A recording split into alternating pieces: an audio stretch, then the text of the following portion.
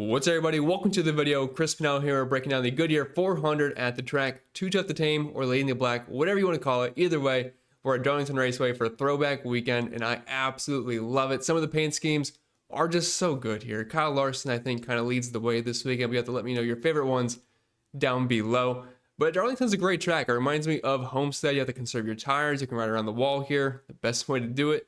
And it's a racer's track. You know, the best of the best typically will make their way towards the front and contend for wins here, which is what I love out of a racetrack. But anyway, if this has to be your first time here, what's up? My name is Pennell. I break down NASCAR DFS each and every single week on this channel. Videos on Saturdays, live streams on Sundays, usually around 1 p.m. Eastern, so come in, say hi, always a good time. If you do enjoy today's video, make sure you leave a like down below, subscribe to the channel if you're brand new. Let's dive right into it. All right, let's talk some strategy here for Darlington. Like I mentioned earlier, it's a high tire wear, intermediate-ish track. It's not quite a 1.5 mile track, but it's also not a short flat track by any means. It's right in the middle. It's 1.3 miles in length, 1.33 to be exact. It's a very steep track, high tire wear, which is kind of the equation to Homestead.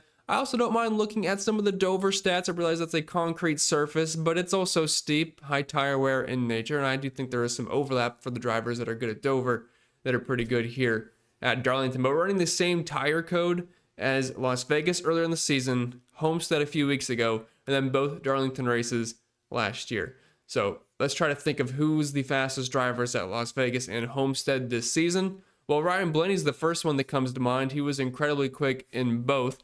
Now, he had issues in both races, which is not something we can control. But the weird thing is he's horrible here at Darlington. For whatever reason, he just does not run well here whatsoever. So we'll have to see what it looks like in practice and qualifying.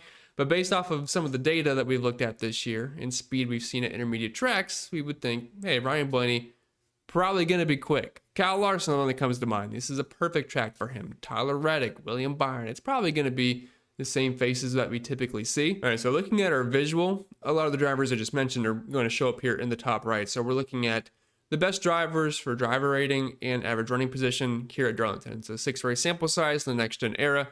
So this is a huge no, but it's a pretty unique track, so I didn't want to throw in all the intermediates and all the high tire wear tracks.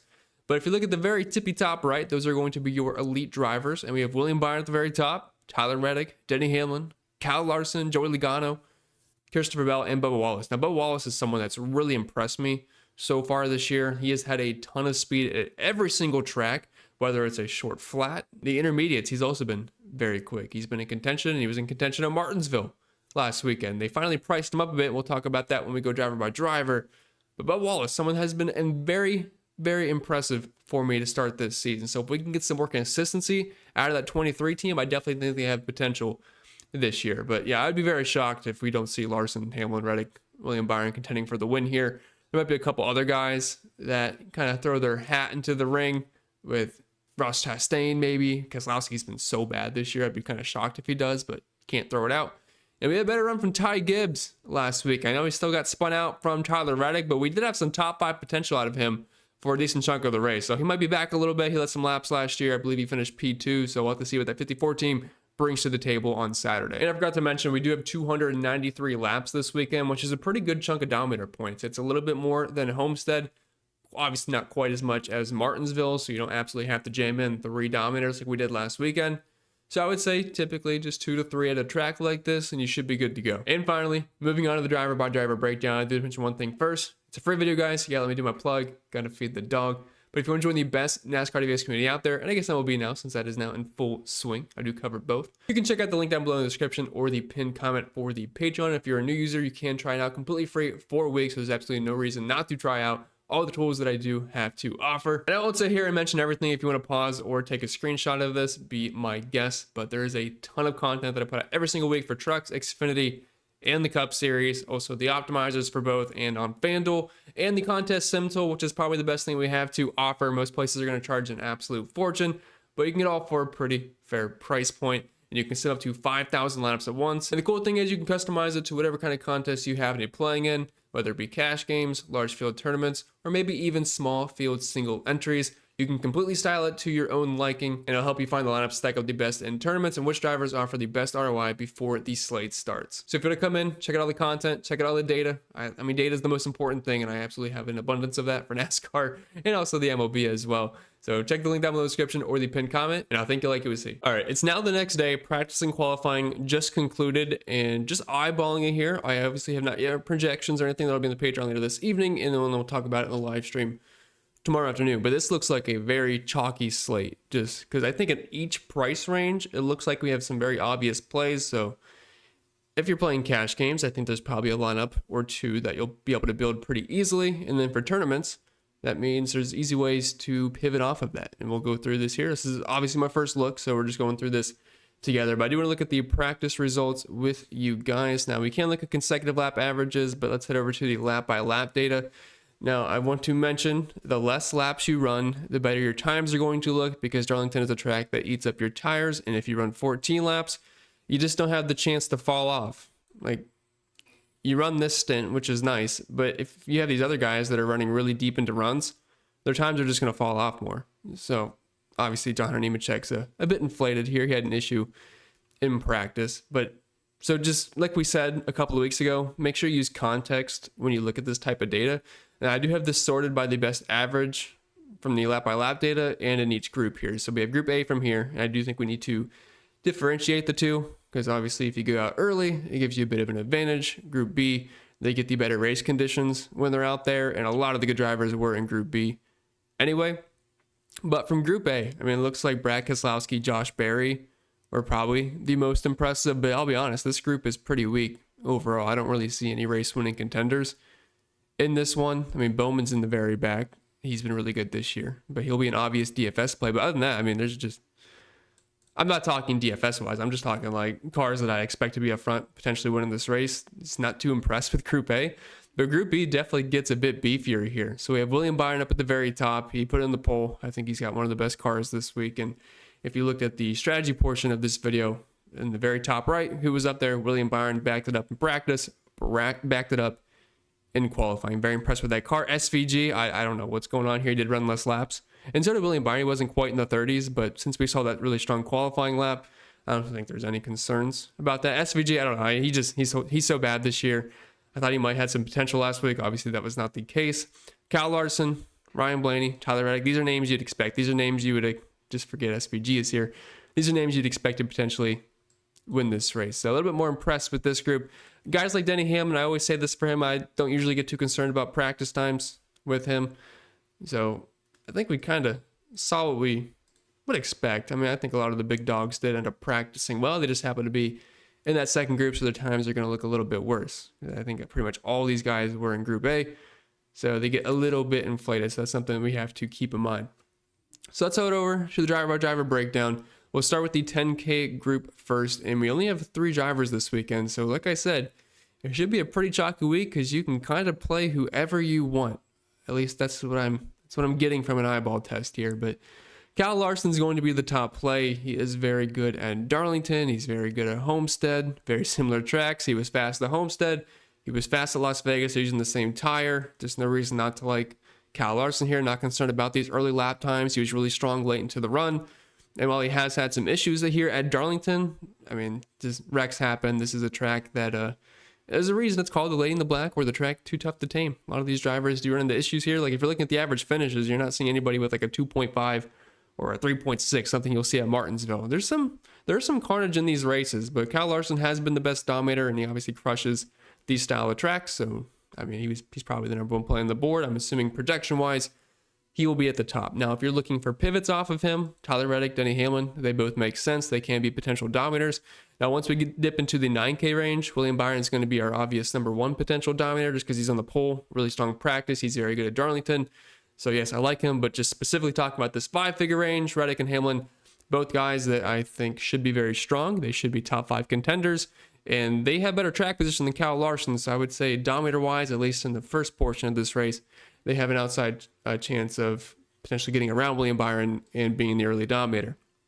Dropping down to the 9K range, William Byron, he will be your most likely cash game dominator if you happen to go at the very front. I could see some people not going with the front few cars and maybe just going Kyle Larson, then they dip their toes down to Christopher Bell or Chase Elliott or Ross Chastain builds. I'd have to see how the projections like that route, but I do think William Byron, Kyle Larson will be very, very popular starting point. And we already mentioned it, strong practice, good here. I mean, yeah, Byron looks like an awesome play. Ryan Blaney is someone that I would have expected to have speed, and based off of practice, his times weren't too horrible, but this has just been such a bad track for him. It does, I think, raise some concerns at the very least. Average running position just inside the top 20, average finish of around 20th. He did get screwed last year. Early incident with William Byron and Martin Truex Jr. Does have a couple of top 10s here, so I'm not saying he can't run inside the top 10, but I have a hard time seeing him get up front and dominate. This is one of those tracks where I do weigh track history just a little bit more. Now, at Vegas, he was extremely quick. At Homestead, he was in an absolute rocket ship. Of course, issues in both races. But I'll probably have a hard time getting to a lot of Ryan Blaney on DraftKings at least, because at that price point, we're going to need some dominator points. On FanDuel, if he sits it in 6 at $11,000, you can get away with that. But it's going to be really hard to click on his name when I can play Christopher Bell starting 8 spots further back. He's obviously been extremely quick this season. He has a good history here at Darlington, better than Ryan Blaney. So it's really tough to click on Blaney over a guy like Christopher Bell. Even Joey Logano, I know the practice times don't look as good here, but I'm not going to get too married to the practice session because a lot of it just depends on, hey, which group was I in, or how late in the run did I go, or what time did I go out on the track. There's just a lot of I guess, noise in some of those numbers. So I wouldn't be too concerned. Like, do we really think Christopher Bell is going to be the worst car in the long run? I don't really think so personally.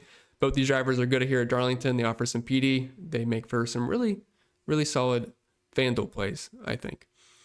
Chase Briscoe, $9,100. He's starting in 4th. This 19 car has had a long history of success here at Darlington, and Briscoe is actually our most recent winner at Darlington as well. And this is when he was in the 14 car, had a really good late restart, got the lead over Kyle Larson, and I believe he held off Kyle Busch, if I remember correctly. I think he's going to run really well starting in 4th, but going to be tough to get there because he's going to have to dominate over the likes of Denny Hamlin, which will be tough to do, and William Byron. And then by the time I think Kyle Larson and company get there, it's going to be kind of tough for Briscoe. I think he's a guy that probably runs around the top 5 most of the day, and he's going to have to steal fast laps to work out on DraftKings. It's going to be really tough to get there on FanDuel. You put him in the early dominator pool, but I'm not rushing out of my way to play Chase Briscoe. Then we have the other Chase Elliott here. He'll be starting in 15th. His history at Darlington, I mean, it's not too bad. It's pretty much on par with the 3 drivers right above him, Briscoe, Logano, and Christopher Bell. He offers you a little bit of PD. I think he'll be a borderline top 10 car here, which is okay. I think he's probably a better FanDuel play than he is on DraftKings. Dropping out of the 8K range, Kyle Busch, very cheap on FanDuel, nearly $9,000 on DraftKings, though. That's really tough to click on starting in 8th. He did show some decent long run speed, at least in the lap averages.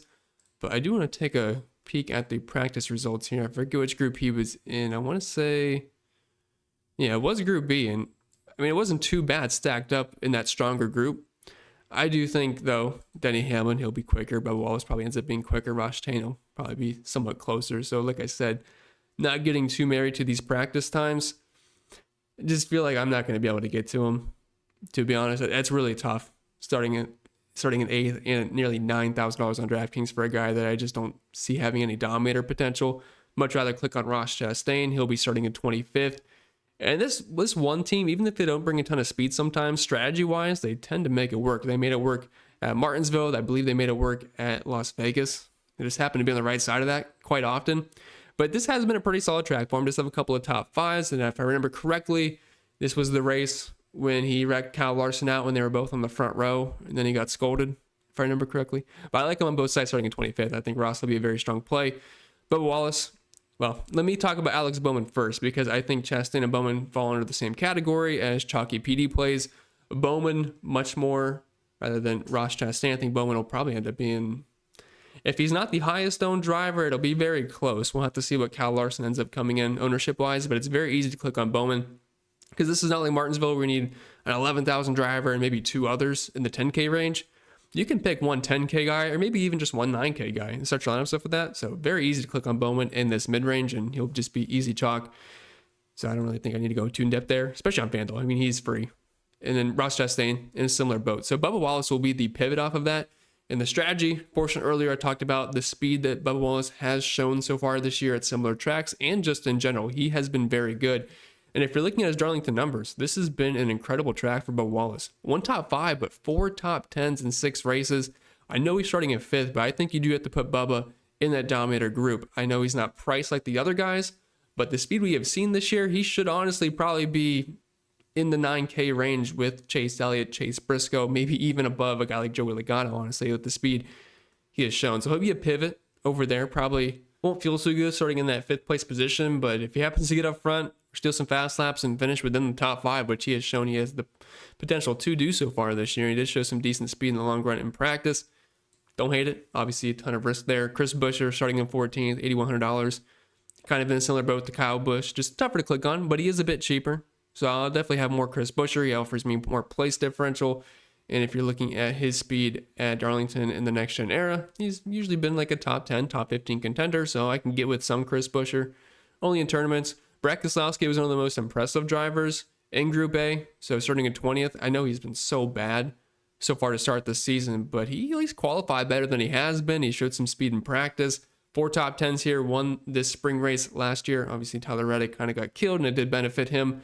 But I think RFK should have some speed. We know Ryan Preece put it on the front row as well. So I'm not out on RFK by any means this weekend. And I was pretty impressed with the 6 car having some speed because we have not seen any from him so far this year. But a guy that's not going to be hard to click on because he has had speed this year. Last week was just some horrible luck. Bubba Wallace ends up hitting him on pit road, knocks the battery out, I guess. Whatever the issue was, it just killed him. But Josh Berry was arguably the best car in Group A, tons of speed. He finished well last year. He is pretty good at these track types, and I have no reason not to like Josh Berry. I mean, I'll probably have a lot of him tomorrow. So it's only a 3-race sample size, so not a ton of data to work with here, but that 21 car has had some speed this season. Austin Cindric starting in 6th. He's going to have to stay up there. He's going to have to get some fast laps. It'll probably be tougher to do. Now, he did practice well in that group, but there is a lot of downside. Eric Jones feels a lot safer. This is one of his better tracks, and he's actually won here in the next gen era, surprisingly enough. But averaging position around 15th, average finish inside the top 20. He's starting in 34th. He'll be a very popular play. Ty Gibbs starting in 11th. Did show some speed this week, and he actually ran very well last week. And I know the result wasn't amazing. I believe he started 13th and finished 13th, I want to say. But he was running in the top 5 for a decent chunk of that race, and once again showed some speed in practice. I want to say he finished top 5 here last year. If we look at his lap times, right around with Denny Hamlin in the overall lap by lap data. I mean, it wasn't like anything crazy, but he's been qualifying better, practicing better. And I think the time for Ty Gibbs will come. Things are looking up at the very least.